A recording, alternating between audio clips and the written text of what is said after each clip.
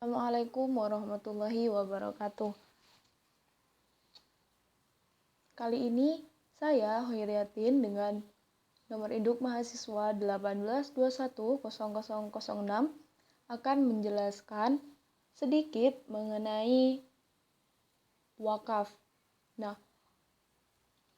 agenda pembahasan kali ini adalah meliputi pengertian wakaf, dasar hukum wakaf, rukun wakaf yang meliputi wakif dan mauquf alaih, dan juga yang terakhir mengenai peluang pemberdayaannya. Langsung saja pada pembahasan pertama, pada pengertian wakaf. Pengertian wakaf menurut bahasa, wakaf berasal dari kata wakafah yang artinya menahan, berhenti, diam di tempat, dan tetap berdiri. Wakaf secara istilah, meskipun terdapat perbedaan penafsiran, yang disepakati bahwa makna wakaf adalah menahan zatnya benda dan memanfaatkan hasilnya atau menahan zatnya dan menyedekahkan manfaatnya. Sedangkan perbedaan pendapat para ulama fikih dalam mendefinisikan wakaf diakibatkan dari cara penafsiran dalam memandang hakikat wakaf itu sendiri.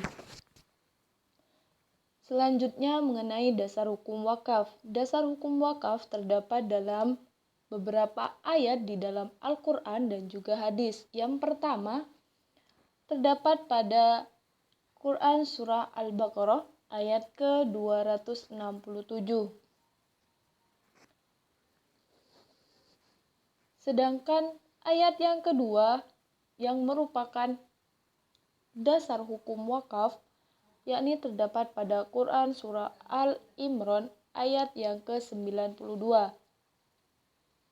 Namun, masih banyak di dalam Al-Quran itu sendiri mengenai dasar-dasar hukum wakaf yang tidak secara spesifik dijelaskan bahwa ayat tersebut mengandung makna wakaf.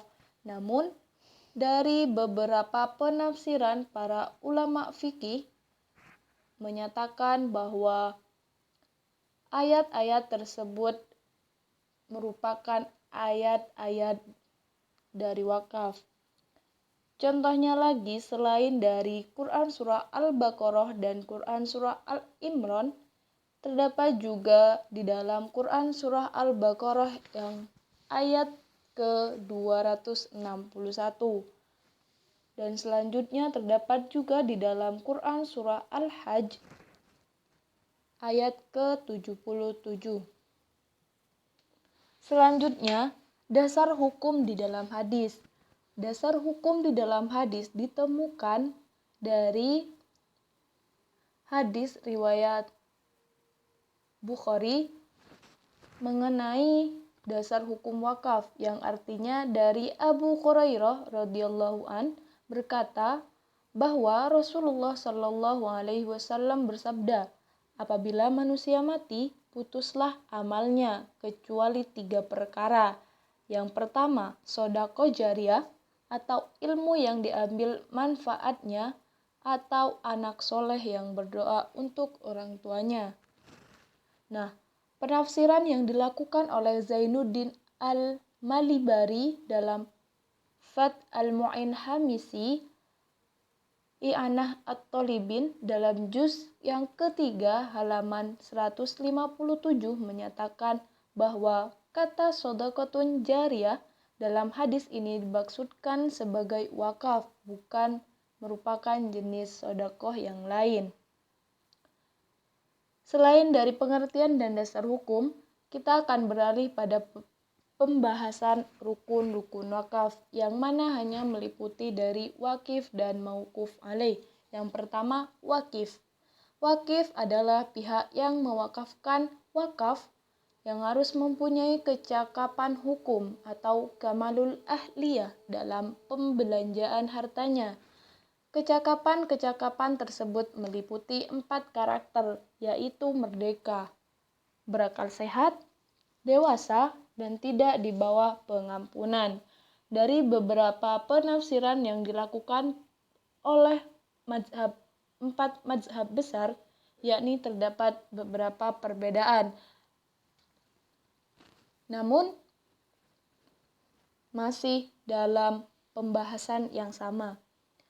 Selanjutnya mengenai mauquf alaih. Mauquf alaih dalam literatur fikih kadangkala diartikan sebagai orang yang diserahi mengelola harta yang sering disebut nazir. Kadang juga diartikan peruntukan harta wakaf.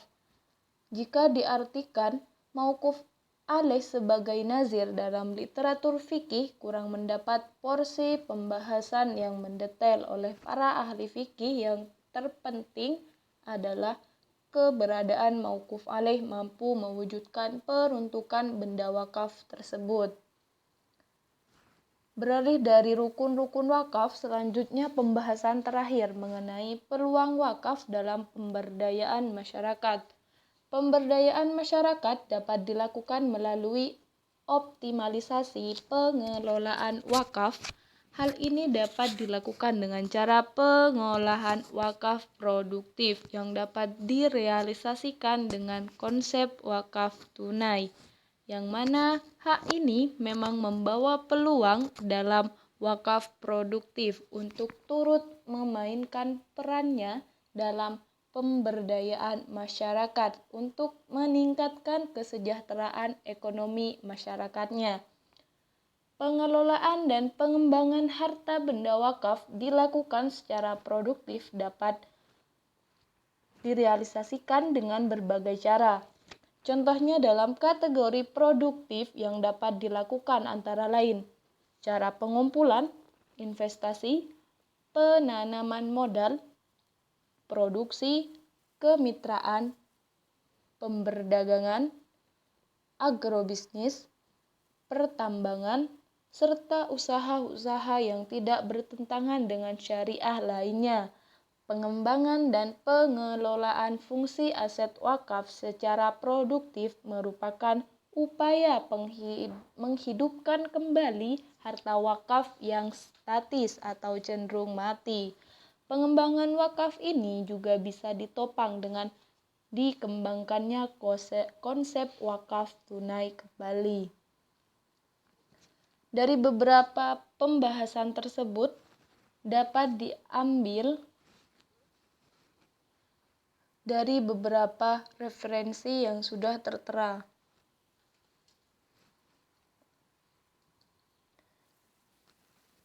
Terima kasih. Untuk pembahasan kali ini, mohon maaf jika masih ada salah-salah kata. Assalamualaikum warahmatullahi wabarakatuh.